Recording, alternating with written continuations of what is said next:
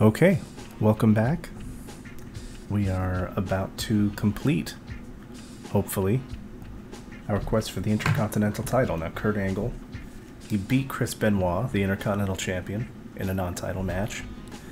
He was about to get his title match when he was interrupted by Edge, who insisted on making it a triple threat match. We won that. Now, surely, finally, we should get our one-on-one match with Chris Benoit, right? Yeah, let's just see about that. Chapter 9, Fourth Man. And of course, fourth is spelled wrong, or it's a pun I don't understand. As we find ourselves now at Survivor Series, which puts us in November. And Benoit, again, bizarrely, man of his word, is going to finally give us our title match. We've been chasing him for probably 6 months at this point.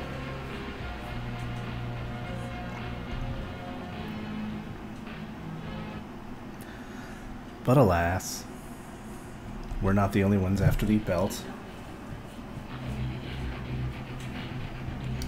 Edge is mad that I rolled him up to win the last match on a fluke.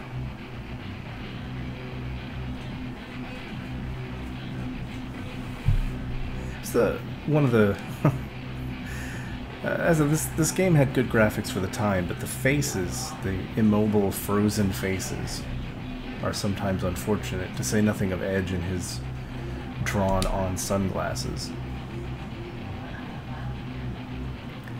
And now here we have the occasional hiccup in the dialogue for this game. The story mode is entirely modular. You can put any character into any of these roles and the game will still function, but sometimes they decide to write dialogue for one particular character, and in this case the role of Edge is supposed to be played by Kurt Angle. But it's Edge because we're playing Kurt Angle, so they have to swap in Edge, but you can tell because of the phrase there at the end, it's true, that's actually Kurt Angle's catchphrase.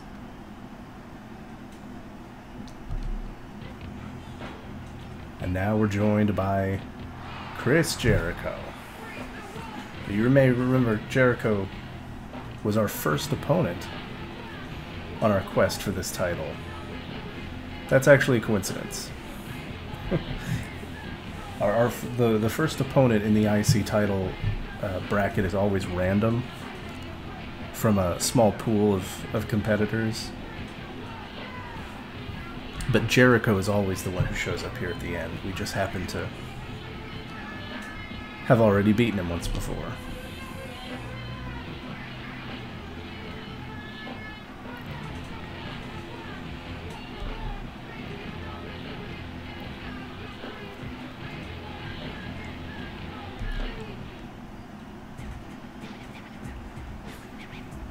Now, Benoit kind of seems like the good guy.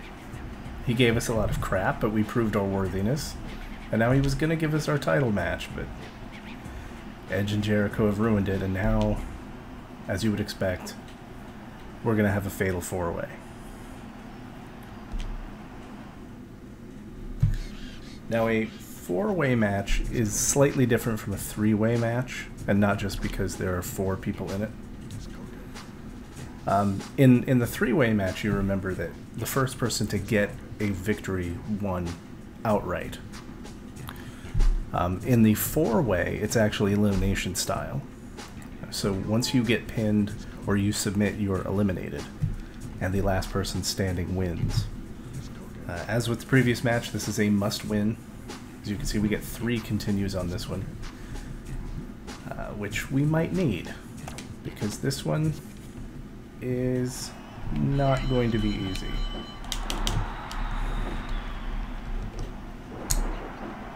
You see we have a new, in addition to our UI, the number there at the top of the screen, which is used in elimination style matches to indicate the number of wrestlers still active. Obviously in a four-way match that's pretty obvious, but it's more useful in something like the the Royal Rumble when we start with over 30.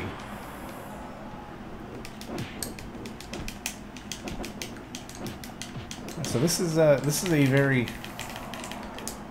Canadian fatal four-way. Aside from Kurt Angle, who, as you can tell from the red, white, and blue tights with USA written on them, is American. Everybody else here is Canadian. Jericho is from Winnipeg. Edge is from Toronto. And Benoit is from Edmonton. Canadians have always been very well represented in professional wrestling. I'm not sure why that is.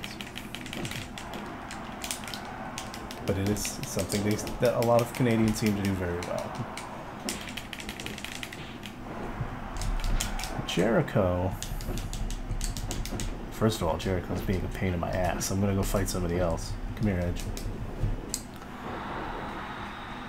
Chris Jericho was, for a long time, sort of the darling of the wrestling nerds. You know, he was clearly a very talented guy with a lot of charisma, a lot of unique ideas about how to be a professional wrestler. He was incredibly entertaining, and sometimes it seemed like there was all these political forces that were keeping him from being the top guy that he needed to be. You know, even when he would, you know, win the big championships, which he did, it never seemed like the confidence of the WWF was behind him. How true that is, no one knows. And it's kind of irrelevant because at this point, Chris Jericho is one of the most famous professional wrestlers on the planet. I mean, he managed to achieve quite a lot of mainstream media success, which is not something that a lot of wrestlers can say. Jericho is on Dancing with the Stars. He's hosted some game shows for ABC. He's a legitimate media presence without having to make himself look like a clown or star in a bunch of shitty movies like Hulk Hogan or The Miz, or even a bunch of decent movies like The Rock.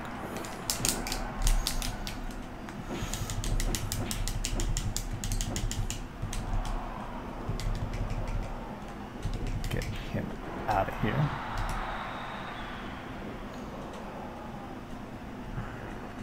Out of the four, Jericho is the one with the most active current wrestling career. Angle's career is all but finished, it would seem, because of his repeated neck injuries. Edge was forced to retire in 2010, and, well, we talked about what happened to Benoit already.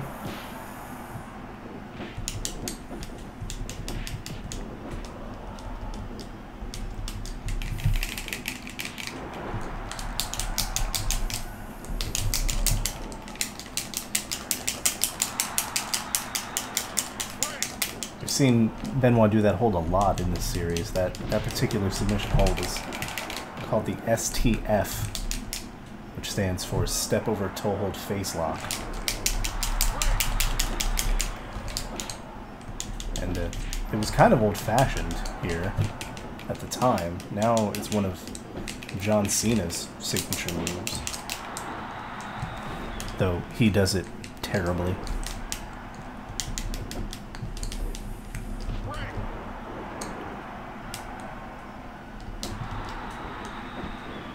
As I suggested it might be, this match is being kind of difficult. Now my computer opponents have all located the block buttons on their virtual controllers.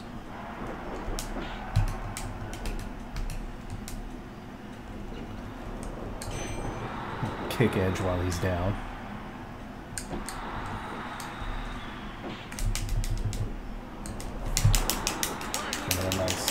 chokehold there.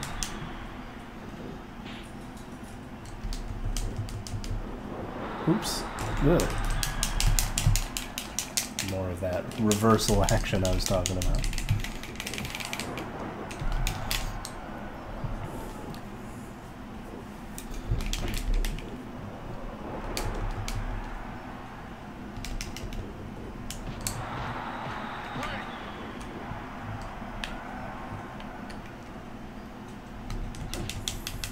Jericho's coming after me for some reason. Hey.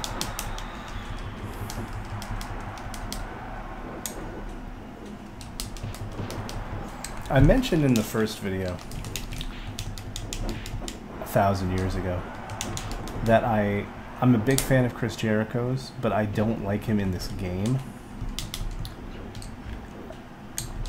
And the reason is his finishing move, which he's about to do to Edge. Which if you... Oh, nope. Looks like Edge reversed it. Jericho might still have time.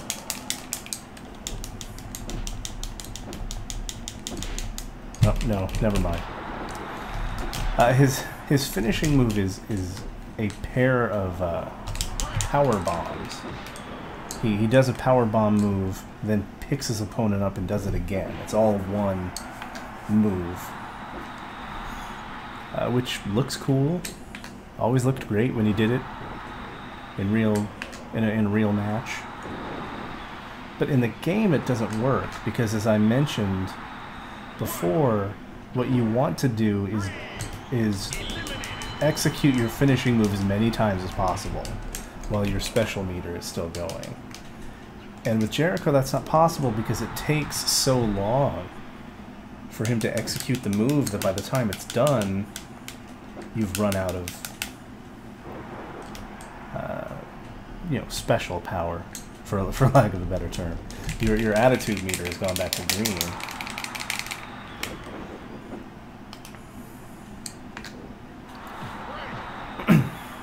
So now Edge is eliminated, but he'll hang out there in the edge of the ring.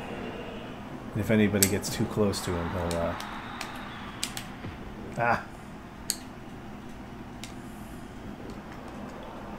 Well, I don't think I'm going to be able to get to do the angle slam. Somebody wants to cooperate. There we go. Thanks, Jericho. Jericho's probably not taking enough damage to get pinned. No, I didn't think so. I found in these kind of four-way matches, there's typically one opponent who is the most reversal happy. Seems almost impervious to damage.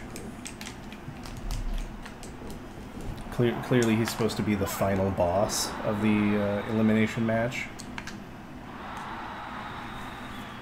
And this time it appears to be Jericho. And that appears to be random as well. I played this match once already in this video series, but this is the second time I've recorded this. And that time it was Edge. Edge was impossible to hit with anything.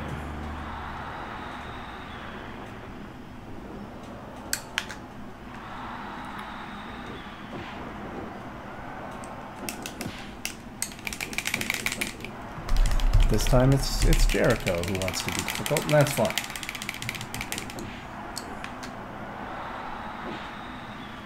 Just let Benoit do the dirty work.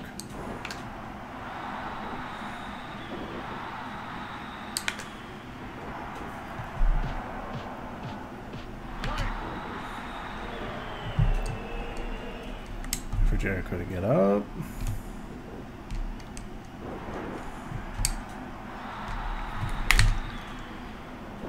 Angle slam.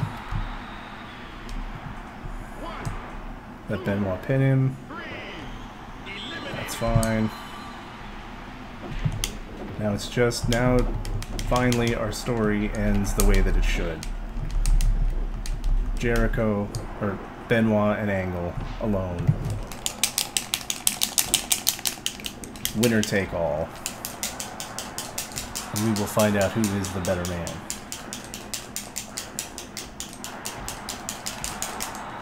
Now that was actually dangerous there. That was... Whenever you're in a submission hold like that, it plays the weird muscles tearing sound effect. And as you tap the buttons, it you slide across the canvas towards the ropes. Because of course if you grab the ropes when you're in a submission hold, your opponent has to break it. But that particular hold, the way Benoit's foot sticks out, it actually blocks the animation from sliding all the way over to the ropes. So from that angle, you can't break the hold. So here we'll sort of slide into the ropes until our chin touches, and we'll have to break. But the STF is uniquely dangerous in that aspect. Though it's dangerous in a way that's actually, that would be difficult for you to take advantage of if you were playing as Benoit. Now that's the ankle lock I was talking about. Now in the real wrestling world, Kurt Angle would eventually use that as his submission hold finisher. He won quite a bit of matches and championships with that hold, but in this time period, he was just doing it every once in a while, and as you can tell from that, it kind of looked like he was performing a sex act on Benoit.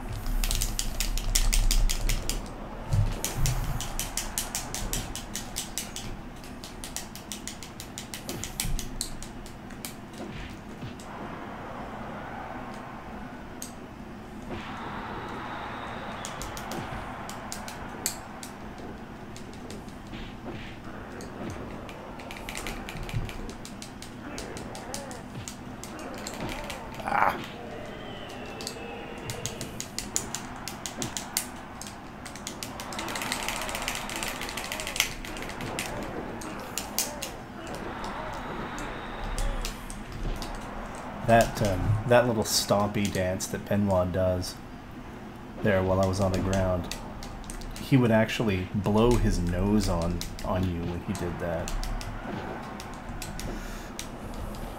Which is, well, that's as disgusting as you might imagine. Well, hello.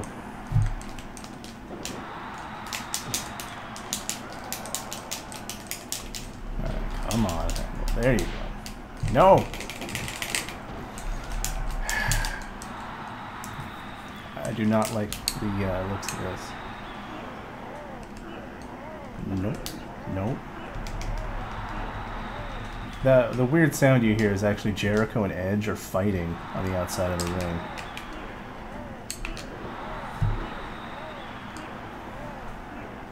Alright, so now this is my controversial run and hide tactic. So I'm just going to avoid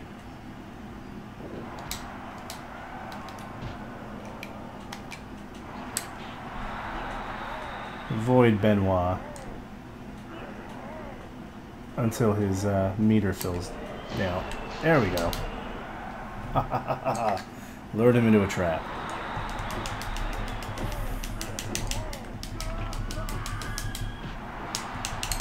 And desperate times call for desperate measures. So yeah, for no apparent reason, Jericho and Edge are fighting each other there on the outside. I think Edge is winning.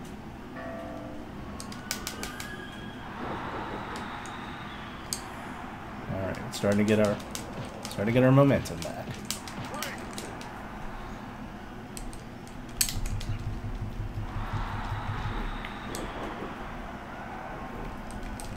It's one of my, as you can tell, it's one of my favorite combos in this game, that fireman's carry into the mounted punches.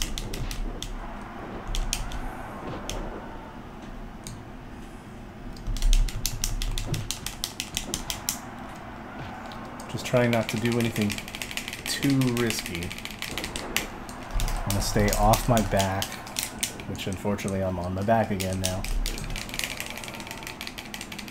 I don't want Benoit to get the momentum again.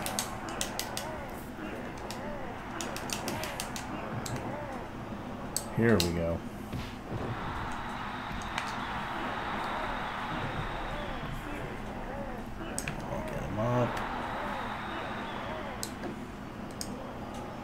Get back in the ring. Here it is. Not good enough. One more time. For old time's sake. Go over here so that my pinfall animation pushes you out of the ropes. And there we go.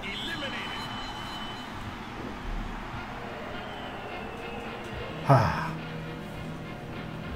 At long last, we caught our quarry. Beat him fairly in the ring. And presumably the crowd goes wild. The way that it never actually would. We get a huge lump sum there. $2,000. That's what happens when you're the champ.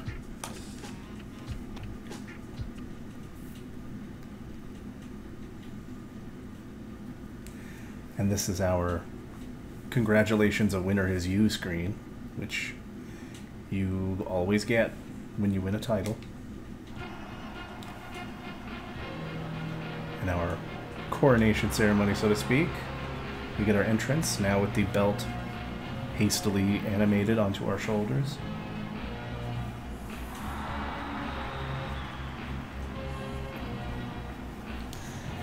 Now it tells us that in order to retain the title, we have to endure the difficulties. What that means is we can start over and go after the IC title again, and this time we'd be chasing Angle instead of Benoit, or we can enter the IC title bracket and choose Angle, and we would start with the belt and do storylines defending it from challengers. So every title is actually dual-sided that way, which is I think a really brilliant twist. But we'll get to defending the IC title a little bit later. So we get our lump sum, $4,500. Deposited in our WWF SmackDown Mall bank account. And we get the end credits. It always shows you the end credits after you win the championships, even one of the shorter ones. We've earned it. So that's the end of this path to the IC title. As you noticed, the first 6 or 7 matches back there were all branching. If we had lost any of the matches that we won, the story would have gone in a different direction. If we had won the match that we lost, storyline would have gone in a different direction. It's very complicated, it's very complex, it's very in-depth in a very fun way that I don't think another wrestling game has captured since.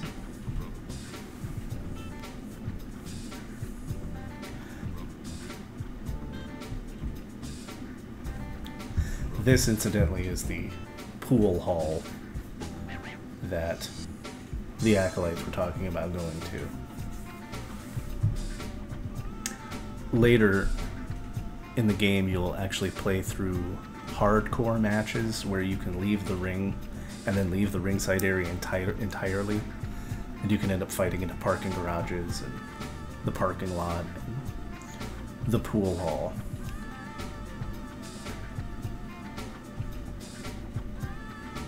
Thanks for watching my quest for the Intercontinental title. Next, we're going to be... first, I'm going to show off the Create a Wrestler mode. We're going to create a wrestler from scratch.